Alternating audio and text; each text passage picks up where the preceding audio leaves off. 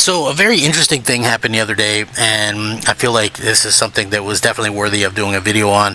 And it just goes to show that there's always going to be sort of different ideas and different takes and things like that that people have on what's going on with Xbox and things like that. And yeah, you're going to have a situation where you're going to have a lot of these things happening, and a lot of people are going to kind of agree or disagree. Like for me anyway, when I look at what Xbox is doing, I'm not a real fan of it, but I think that they could have rebounded this generation but just fine if they had maybe stuck with some kind of plan. But it's like that indecisiveness really, I think, hampered what they were doing. And it's not just something that you can get over that fast. It's like when you kind of look at how they've handled things in the past, it is really, really sad the way that they've kind of handled some of these things, and to be honest with you, this is something that I think they can probably update, or they could make something somewhat better, but I'm not sure if it's ever going to be something that they can 100% recover from. So it's going to be super interesting to see how this kind of works out, and if it's something that Microsoft themselves can come back from or not. And I hope that they can. I would love to continue to see some kind of battle or fight back from Microsoft. But until that point, you just have to kind of take some of these things for what they are, and just say, hey, Microsoft really screwed up. I wish that people would come out with that tact a little bit more, man. Like, I've been an Xbox fan since the beginning, but it's like, for me, yeah, I like Xbox, but I can definitely see where they kind of screwed up. And here's where this is kind of funny, right? So there's so much uneasiness and unknown right now with gaming. And Mikey Barra, former Xbox employee, former Blizzard CEO, was talking about something. He had subtweeted that Digital Foundry was talking about this remarkable GBD Win 5 based on the monstrosities 6 Halo processor is the first handheld they tested that offers PS5 class performance in the palm of your hand. So this thing is like $1,500 plus tax. You're looking at almost $1,600 for this handheld though. And so this is what Mikey Barra says. He says the issue is this thing is $1,500. I get the mobile capability, but just get a PS5 Pro and a ton of games. This is why a subsidized console model will always be a benefit to a lot of people. The upfront cost has to be made up over time via services and third-party royalties, as most people can't afford $1,500 devices, especially if GPU prices go up and RAM like expected. A PS5 Pro and Xbox Series X could last another 4 years if needed. And this is the thing. I 100% agree with everything he's saying here. And he's not really slamming Microsoft per se, but he is like kind of pointing out that, doing a subsidized model is a definite way to go. And it's a big way to go if you're looking to kind of get the most bang for your buck. It's kind of a sad thing that people don't realize this, but it's like I see people on like X and social media try to really defend and think that the next quote-unquote Xbox is going to do some large numbers or whatever, right? I mean, they had told themselves that, hey, we're going to get GTA 6 as a launch title. I mean, that's not happening. But, they had really kind of got themselves all lathered up into a fervor thinking, whoa, what a great thing this is going to be. It's going to be this or it's going to be that. And to be honest with you, it was never going to be this or that. And if it does come out, the next hardware, whatever, let's say 2027, 2028, whatever the case may be, you're still looking at a fairly significant cost, because they're not going to be able to subsidize it. And if you don't know what that is, it's basically pretty simple to explain. It doesn't mean that you're dumb if you don't understand it. Not everybody understands it, but companies sell their hardware usually at a loss. So if you're buying an Xbox or PlayStation, Microsoft and Sony aren't making really any money off the sale of that hardware, because where they're gonna and sometimes you'll see an article where like, okay, well, now they're making money, and maybe they are making a couple bucks here or there, but that's not much, right? Let's say they make $5 per sale of a console, right?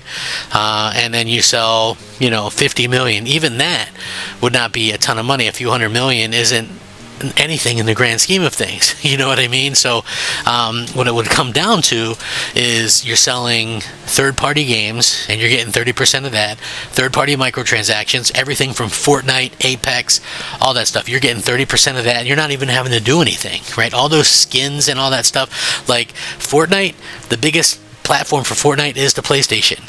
And think of all the millions of people playing that game and buying the skins and the passes and that stuff, and Sony gets 30% of all that. So, you know, also you look at PlayStation Plus, you know, you have 55 million subscribers to that, people paying. The more consoles you sell, the more subscribers you can have, the more third-party sales you can have, the more first-party sales you can have, the more third-party microtransactions you can have. And that's how you make the money back, right? And then you, of course, do way better than that later on. But it's like Microsoft, the way that they're setting themselves up, because if it's true that they're just basically releasing a PC with access to other stores, they're not going to subsidize something where you don't have to go to them, right? So why would they sell something for a lower cost if there's no guarantee that you're going to spend money in their store, and you have no reason to spend money in their store, right? Because how are they going to match that, right? So there's a couple different thought processes behind this. Are they going to just have one version of games from now on, right? Like a Windows version, a Windows Store version, right? Or a Microsoft version. It's not going to be fully optimized or whatever, but you'll have to get it from their Windows Store or whatever.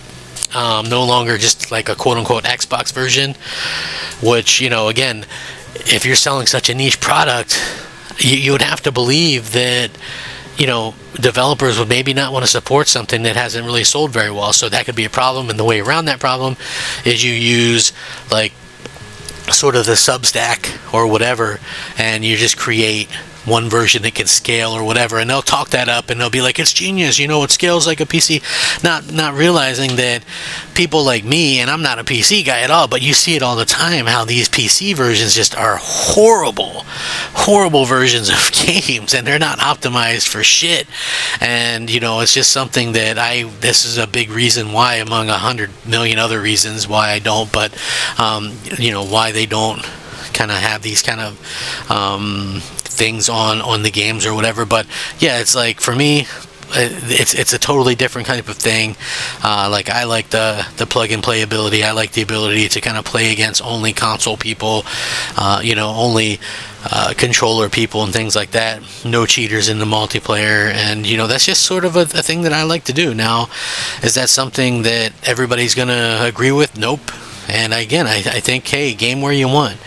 That's always kind of my thing. If you want to, you know, do something, then do it. But if to be honest with you, if you're gaming, then game how you want, you know. Like, I'm never going to be that guy that sits there and says, you know, you have to do it this way or you have to do it that way, because I think that's really stupid to push that on people.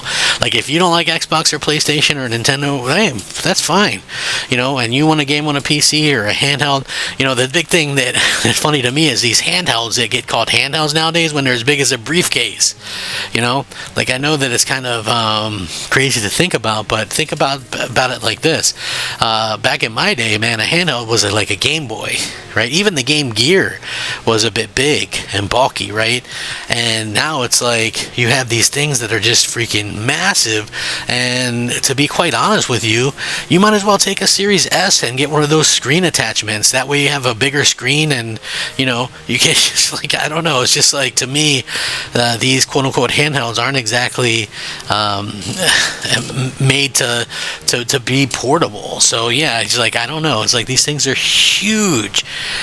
You know, it's like the Vita was a handheld, the PSP was a handheld, the 3DS and the DSi, and, you know, the Game Boy and Game Boy Advance. See, check out those things, man. If you're maybe too young to know what those things are, go look those things up. Those were handhelds.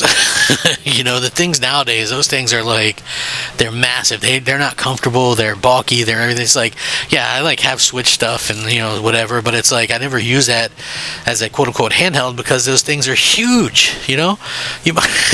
You know, it just doesn't make sense to do that. But, you know, I agree with Mike here. It's like, why not just go all in on the subsidized hardware and push your hardware? You know, you have it, push it, put the games out on it. You know, I don't understand how Microsoft is thinking that they're going to be able to do anything if they don't have the hardware to kind of survive and to push it. You know, and if you're getting out of hardware, then stop like dicking fans around. Basically, just be honest about it instead of keep telling people, yeah, we're definitely going to do that, it's at the core of our thing, and then do 10 commercials where everything else is an Xbox, and not talking about Xbox again for ever, because they never do. Or when they have updates, don't update the actual Xbox. It's weird to me. But anyway, let me know what you guys think. Rack 'em up.